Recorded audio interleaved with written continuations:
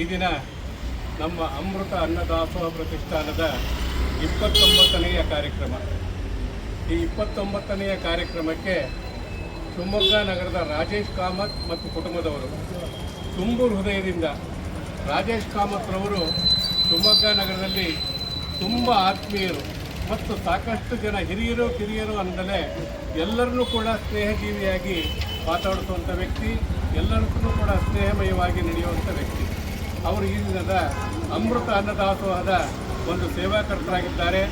ಅವರಿಗೂ ಅವರ ಕುಟುಂಬದವರಿಗೂ ಶ್ರೀ ಅನ್ನಪೂರ್ಣೇಶ್ವರಿಯು ಅನುಗ್ರಹಿಸಲಿ, ಅವರಿಗೆ ಸಮಾಜದಲ್ಲಿ ಇನ್ನೂ ಹೆಚ್ಚಿನ ಕೀರ್ತಿ ಲಭಿಸಲಿ, ಅವರ ಕುಟುಂಬ ವರ್ಗದವರೆಲ್ಲರಿಗೂ ಕೂಡ ಆಯುರಾರೋಗ್ಯ ಐಶ್ವರ್ಯ ಭಾಗ್ಯ ಕೊಟ್ಟು ಅವರ ಮನೆಯಲ್ಲಿ ಸದಾ ನೆಲೆಸಲಿ ಅನ್ನಪೂರ್ಣೇಶ್ವರಿ ಎಂದು ನಮ್ಮ ಅಮೃತ ಅನ್ನದಾಸೋಹದ ಪ್ರತಿಷ್ಠಾನದ ಎಲ್ಲ ಸದಸ್ಯರು ಕೂಡ ತುಂಬು ಹೃದಯದಿಂದ ಅವರಿಗೆ ಶುಭವನ್ನು ಹಾರೈಸುತ್ತಾರೆ.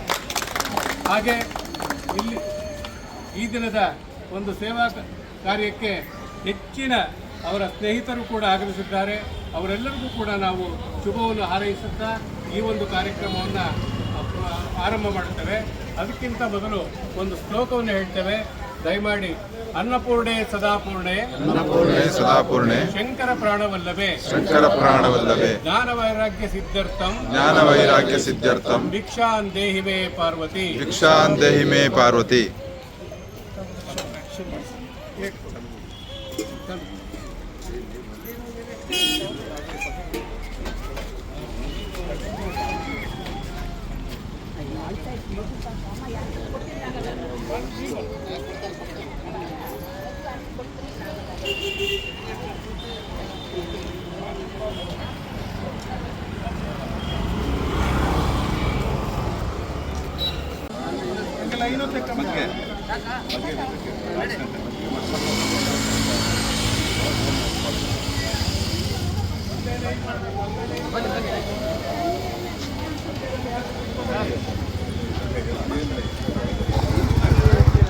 ಬೇಕಾಗಿರೋದು ಕೇಳ್ಬಿಟ್ಟು ಹಾಕಿಸ್ಕೊಳ್ಳಿ, ಆಮೇಲೆ ಕುಡಿಯೋದು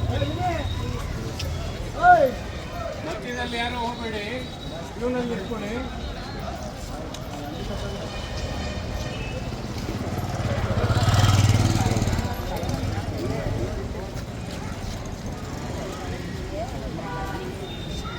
ಕಟ್ಟೆಯಲ್ಲಿ ಯಾರು ಬಿಟ್ಟು ಹೇಳಬಾರ್ದು, ಅಷ್ಟೇ ಹಾಕಿಸ್ಕೊಡಿ. ಇವತ್ತಿನ ಅಮೃತ ಅನ್ನದಾಸೋಹದ 29ನೇ ಆವೃತ್ತಿಯ ಸೇವೆ ನಿರಂತರವಾಗಿ 29 ಆವೃತ್ತಿಗಳು ನಡ್ಕೊಂಡು ಬರ್ತಾ ಇದೆ. ಇವತ್ತಿನ ಈ ಸೇವೆ ಬಹಳ ಅದ್ದೂರಿಯಾಗಿ ಇಲ್ಲಿ ಮುಕ್ತಾಯಗೊಂಡಿದೆ. ಇವತ್ತಿನ ದಿವಸ ಸುಮಾರು ಒಂದು 500 ಜನಕ್ಕೆ ದಾಸೋಹ ಆಗಿದೆ. ಇವತ್ತಿನ ಸೇವಾಕರ್ತರಾಗಿ ನಮ್ಮೆಲ್ಲರ ಆತ್ಮೀಯರು ಶಿವಮೊಗ್ಗದ ಸಹ್ಯಾದ್ರಿ ಸ್ನೇಹ ಸಂಘದ ನಿರ್ದೇಶಕರು, ಹಾಗೆಯೇ ಶಿವಮೊಗ್ಗದಲ್ಲಿ ಈ ಹಿಂದೆ ಜಂಗಲ್ ಲಾಡ್ಜ್ ಅಂತಕ್ಕಂಥ ಒಂದು ನಿಗಮದ ಸರ್ಕಾರದ ಭಾಗವಾಗಿದ್ದಂತಹ ನಿಗಮದ ನಿರ್ದೇಶಕರಾಗಿ ಸೇವೆಯನ್ನು ಸಲ್ಲಿಸಿದಂತಹ ಶಿವಮೊಗ್ಗದ ಅತ್ಯಂತ ಕ್ರಿಯಾಶೀಲ ಜನಪ್ರಿಯ ವ್ಯಕ್ತಿ ಶ್ರೀ ರಾಜೇಶ್ ಕಾಮತ್ ಮತ್ತು ಕುಟುಂಬ ವರ್ಗದವರು ಈ ದಾಸೋಹದ ಸೇವಾಕರ್ತರಾಗಿ ಇವತ್ತು ಗುರುತಿಸಿಕೊಂಡಿದ್ದಾರೆ. ಅವರಿಗೆ ಅಮೃತ ಅನ್ನದಾಸೋಹ ಪ್ರತಿಷ್ಠಾನದ ಎಲ್ಲರ ವತಿಯಿಂದ ನಾನು ತುಂಬ ಹೃದಯದ ಧನ್ಯವಾದಗಳನ್ನು ಸಲ್ಲಿಸ್ತೇನೆ. ಸಮಾಜದ ಹಲವು ಸ್ತರಗಳಲ್ಲಿ ರಾಜೇಶ್ ಕಾಮತ್ ಗುರುತಿಸಿಕೊಂಡಿದ್ದಾರೆ.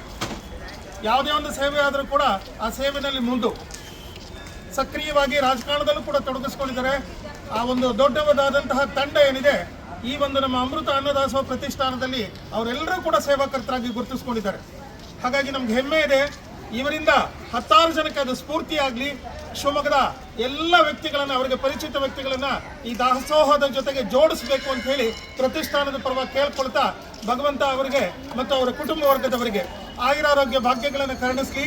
ತಾಯಿ ಅನ್ನಪೂರ್ಣೇಶ್ವರಿ ಇಂತಹ 100 ಸೇವೆಗಳನ್ನು ಮಾಡ್ತಕ್ಕಂಥ ಭಾಗ್ಯವನ್ನು ನೀಡಲಿ ಅಂತ ಹೇಳಿ ಅಮೃತ ಅನ್ನದಾಸೋಹದ ಎಲ್ಲ ಹಿರಿಯರು ಮತ್ತು ಸೇವಾಕರ್ತರ ಪರವಾಗಿ ನಾನು ಭಗವಂತನಲ್ಲಿ ಪ್ರಾರ್ಥನೆ ಮಾಡುತ್ತಾ ಅವರಿಗೆ ಮತ್ತೊಮ್ಮೆ ತುಂಬ ಹೃದಯದ ಧನ್ಯವಾದಗಳನ್ನು ಸಲ್ಲಿಸ್ತೇನೆ.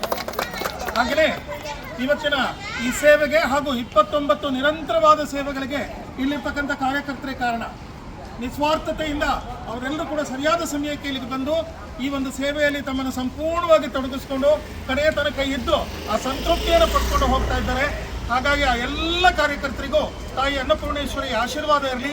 ಅವರೆಲ್ಲರೂ ಸಂತೋಷದಿಂದ ಮುಂದಿನ ದಿವಸಗಳಲ್ಲೂ ಕೂಡ ನಮ್ಮ ಜೊತೆ ಜೋಡಿಸಿಕೊಳ್ಳುವಂತಾಗಲಿ ಅಂತ ಹೇಳಿ ತಾಯಿ ಅನ್ನಪೂರ್ಣೇಶ್ವರಿಯಲ್ಲಿ ಪ್ರಾರ್ಥಿಸಿ ತಮ್ಮೆಲ್ಲರಿಗೂ ಕಾರ್ಯಕರ್ತರಿಗೆ ಮತ್ತೊಮ್ಮೆ ಧನ್ಯವಾದಗಳನ್ನು ತಿಳಿಸಿ ಇವತ್ತಿನ ಕಾರ್ಯಕ್ರಮಕ್ಕೆ ಇತಿಶ್ರೀಯನ್ನು ಕಾಣ್ತಾ ಇದ್ದೀನಿ.